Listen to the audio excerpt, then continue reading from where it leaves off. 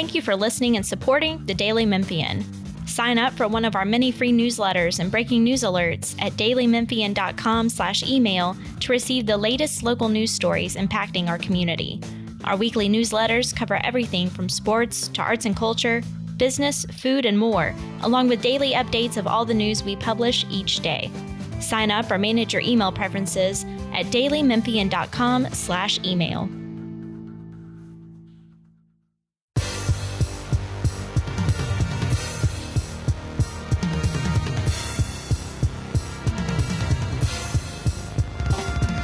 Welcome to the latest edition of the Daily Memphis Tigers podcast. I'm the basketball beat writer, Stephen Johnson, joined by my guy, the football beat writer, Frank Bonner. We got another jam-packed episode this week. The Tigers are coming off a massive win over Mississippi State at the Liberty Bowl on Saturday. We'll get into that in a second, but before we do, don't forget to check out some of our other podcasts. Jennifer Biggs hosts Sound Bites, Eric Barnes hosts The Sidebar, and our guys Chris Harrington and Drew Hill record the Grizzlies podcast every week. You can find all of these in the Tigers podcast anywhere you get your podcasts, Spotify, Apple, and of course, dailymemphian.com. So let's jump right into it. The Tigers just gained, I think, a signature win for Ryan Silverfield on Saturday against the SEC opponent, local rival. Frank, you were there. Just how crazy was that Mississippi State game to kind of just take in? It was wild. I mean, obviously the atmosphere was great going up against the SEC opponent. That second half was crazy. Fans were into it. And the biggest takeaway I took from that game is I thought it was important for Memphis to win in the way that they did. The first two games, the offense was rolling. Not many things were going wrong. In this game, they kind of struggled in that first half. And Memphis showed that even when things aren't going well, they can still find a way to pull out a win. And, in college football, things aren't going to go well every day. So you got to figure out how to get the job done, and they did. Yeah, because I was in Nashville at the time hanging with some friends. I watched the first half and I was like, ugh, it's looking a little tough. And I went out. Next thing I know, they're telling me that the Tigers won. So, I was surprised to see how they turned it around. So how exactly did that kind of turn things around in the second half? Well, for one, you got to give credit to that defense. I think one of the turning points in the game was at the first drive in the second half, Seth Henneken throws his first interception. Well, the defense puts together a nice goal line stand from the 2-yard line, and like that, if Mississippi State scores there, they go up by 17 points, and it's dicey. Well, defense does their part, and then the offense drives 98 yards to score, and I think that kind of changed the momentum for them. And then Calvin Austin and the 94 punt return and all that. But I think the goal line stand by the defense is what really set the tone for Memphis's comeback. Speaking of Calvin Austin, we know that was a very controversial play for Mississippi State fans. I don't think Memphis fans care that much about it. But I guess what was it like just seeing that play live? What was the press box like? Were people confused, or people saying, "Oh, he's down, he's coming back"? No, man, people were confused. So when he grabbed the ball and we saw him running, I mean, we were kind of looking at each other like, what happened? And we had one guy in the press box kind of trying to explain it. It's like, it's a live ball. And I'm like, man, I don't know what's going on. So some people in the press box confused.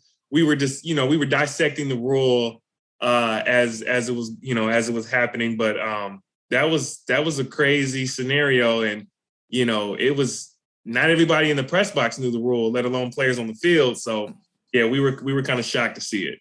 Mm-hmm. So big picture wise, obviously Memphis moves to 3-0. They got I'm not sure how good Mississippi State will be in the SEC, but they'll probably be a bowl team. But I think, they compete against Mississippi State for a lot of recruits now with the way Ryan Silverfield's recruiting.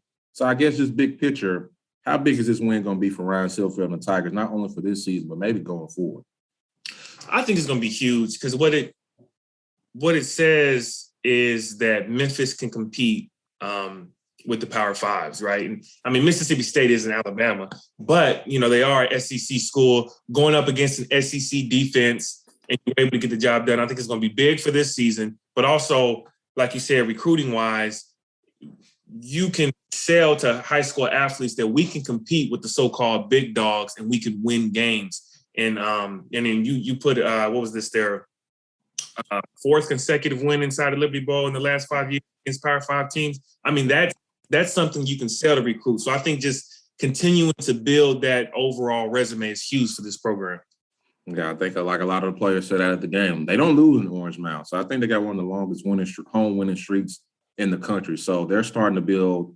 The Liberty Bowl is slowly starting to become one of those places where I don't think you want to come Power 5 or Group of 5, but they got another tough opponent, Texas San Antonio, who is also 3-0. I think this has all the makings of the trap game, but the only thing is that just like Memphis, Texas San Antonio knocked off a Power 5 team a couple weeks ago with Illinois. So now, I guess, what does Memphis need to do? I think they're in a 3.5-point favorite, so people are expecting to be a close game. What do they need to do when they go face a Texas San Antonio? Well, this is a different type of team that they faced in the previous three games, because this is a team that's going to run the ball more than what they've seen this year. I mean, in the win against Illinois, they ran the ball 50 times, and they're averaging 41 carries a game in their first 3 games. And so that run defense is going to need to be stellar. The secondary, I don't want to necessarily say the secondary is going to get a break, but they won't be defending as many passes as they were those first 3 games. And so I think the difference in defensive approach is going to be huge. And then you're facing a top 10 defense. And so coming off the backs of an SEC defense, you got another challenge offensively. And so you want to start the game quicker than what you did last week against this defense, because you don't want to get behind the 8 ball. Because although you came back last week, it doesn't necessarily mean you can do it again this week. So you want to start off on the right foot if you're the offense. Yeah, the run defense last year was pretty good. It was definitely ahead of the secondary, I would say. But obviously, these first 3 games, they've been playing a lot of teams to throw it around a lot. How do you think the defense, specifically the front 7, is going to hold up against Texas San Antonio? I think they'll hold up. I think they'll hold up okay. Obviously, you know, those guys up front, you know, they want the physical game. This is going to be a physical matchup. Mm-hmm. And coming off of what they did last week in terms of just the defensive production, I think they're coming into this week with a lot of confidence, a lot of excitement, being able to bounce back from the Arkansas State game. And so I think they're going to get a nice push up front, and they should. I mean, UTSA is going to run the ball a bunch. They're probably going to get their yardage, but for the most part, I think they should be able to contain this offense enough to get the job done. All right, I guess for the Tigers on offense, I mean, you got Calvin Austin, Seth, I just think continues to impress everybody with just his overall maturity and whether things are going great or going bad. So how can they attack a defense that's top 10 in the country?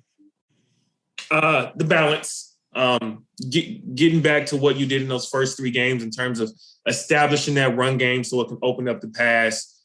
You don't want to become one-dimensional and feel like you have to pass it too much or run too much. And so I think they need to feed off each other more than ever in this game to kind of keep that defense on its heels. But, you know, having a running back like Brandon Thomas, who is a physical runner, who can bruise defenders in that way, even against Mississippi State, this was the first time he rushed for less than 100 yards, but he still averaged over 5 yards a carry. So you can get that amount of production out of him on a carry-by-carry basis. That can open things up for them in the secondary. Nice. Well, this is the last game of the non-conference. You know, after this, they got Temple and Tulsa and Navy. I think the Tigers, you know, obviously they got to take it one game at a time. But if you're the Tigers, you got to like where things are at right now. You know, it's unfortunate what happened in Central Florida to Dylan Gabriel. He might be out for a while. But if you're Memphis, if you're Ryan Silver, you got to think we can get past this game. And if we keep looking how we're looking, then there's a good shot at us, you know, facing Cincinnati or whoever may be in the conference championship game. Do you think they have what it takes to reach that far, or is there still a little more you want to see from them? Yeah, I wrote my insider. I said at this point right now, it's probably a little too early to start talking about conference championship talk, but it's not outlandish to see that as a possibility. I think one thing I do want to see is, can this defense continue to play like they played last week? You don't want to have a spotty season defensively where one game you're playing really well, the next game you struggle. The defense needs to be consistent. And if the run game can continue to be what it is and Seth Henne can stay steady, you're not playing Cincinnati in your regular season schedule this year. And so, I mean, you're going to go into every game this season with a legitimate chance to win. And so, like you said, UCF injury changes their outlook a little bit. You're at home against SMU and you got to go down and play at Houston.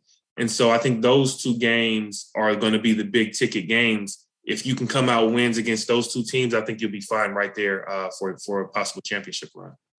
Well, the things are really setting up for Ryan Silverfield to have, I think he had a really good first year. He's really on set to maybe have an even better second year. So the Tigers look like they'll be in good shape. On the basketball front, still kind of quiet. Practice, I believe, starts up next week. And then we got Memphis Madness, on October 13th. And they also host Navy the day afterwards. So I think the city is going to be kind of, in a couple of weeks, the city's going to have another kind of a nice buzz to it in a couple of weeks. But you were curious about anything about basketball? Yeah, looking at the schedule, who do you think, what are some teams that you may be worried about for Memphis this year? Well, obviously you can go with the headliners, your Virginia Tech and Brooklyn.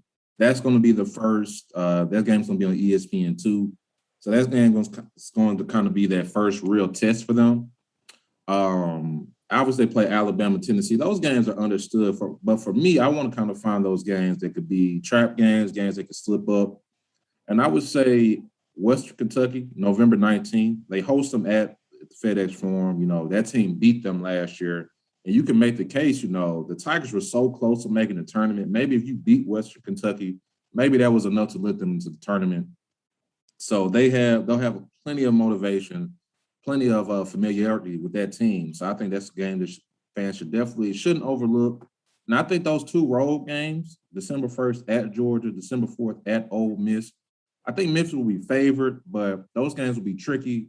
Georgia beat them a couple years ago, I think, when they had Anthony Edwards. So also there are some guys on the team that played that game as well, too. So those three games, 2 on the road, 1 at home, they're not the marquee games. They're not Tennessee, Alabama, Virginia Tech. But those are the games you don't want to drop, because if you drop those games, then come March, depending on how you do against the big name teams like Houston and the other teams I mentioned, you can find yourself right back on the bubble. And this team has too much talent. So those will be the 3 games that I think Memphis certainly has to win. And certainly you don't want to take a loss in. Now, when your most talented guys are your younger guys, do you have a concern in them not necessarily getting up for some of these games, looking at them on the schedule and maybe not being all the way focused? Or do you think that's not going to be an issue with this team? I don't think it'll necessarily be an issue. Look, I think Imani and Jalen Duren will probably, every freshman for the most part, they might have like a moment in the season where they kind of hit that freshman wall, which is just understandable. But the beautiful thing for them is you have so many veterans on this team. And like I said, vets that played some of these guys in the past before. So if you're a guy like Landers Nolley, I think he's going to set the tone when he plays his old team, Virginia Tech. When you play a Western Kentucky, guys like a Lester or DeAndre, hey, these guys beat us last year. Just because they're from Conference USA or wherever doesn't mean these guys can't beat us. And some of those other games. So they have enough veteran leadership. Alex Lomax, some of those other guys that have kind of been in these battles and know that just because you're more talented than the other team doesn't mean you're going to walk away with a dub. So that's the beautiful thing for Imani and Jalen, that they can just worry about doing what they do on the court. They don't have to worry about being the vocal leader, being the leader of the team. There are already veterans on the team that can do that can kind of lift them up and will just allow them to just be freshmen and kind of grow into their roles. For them, by March, you want to see them kind of be more assertive, kind of own their leadership role. But during the regular season, especially early, I think guys like DeAndre and Lester will kind of carry the load for them. Yeah, I think that's one of the most exciting things about this particular roster is you've seen teams in the past have a star-studded freshman class, but everybody on that team is young and they don't necessarily have the maturity to get over in the tournament. This team is set up to where they could be a team that goes the distance because they have that mixture of talent and veterans and so on. And so we'll see how this coaching staff handles this roster, but I think it should be a good year for them. Yeah, absolutely. And like I said, they went through this in 2019 with the number 1 recruiting class, didn't have a ton of veterans.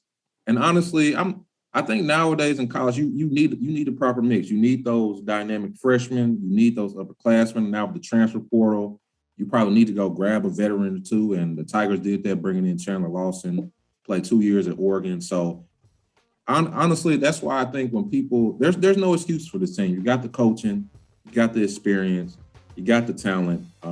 So whether you make it to the Final Four, Sweet 16, or Elite 8, I think this team on paper is one of the best teams in the country. You got one of the most prolific coaching staff, So, no excuses this year. And I think the Tigers, and I think Penny Hardaway, he embraces those expectations because what comes with those expectations is more a higher profile for the program and more attention, man. So, we're close, getting close and close, but it could be a special season.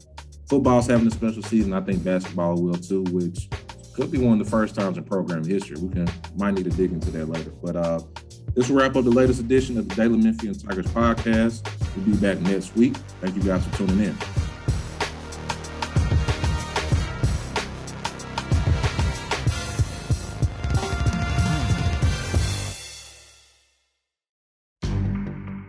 In-depth journalism in the Memphis community, the Daily Memphian is of Memphis, not just in Memphis, and seeks to tell the stories of this city. TheDailyMemphian.com. Truth in place.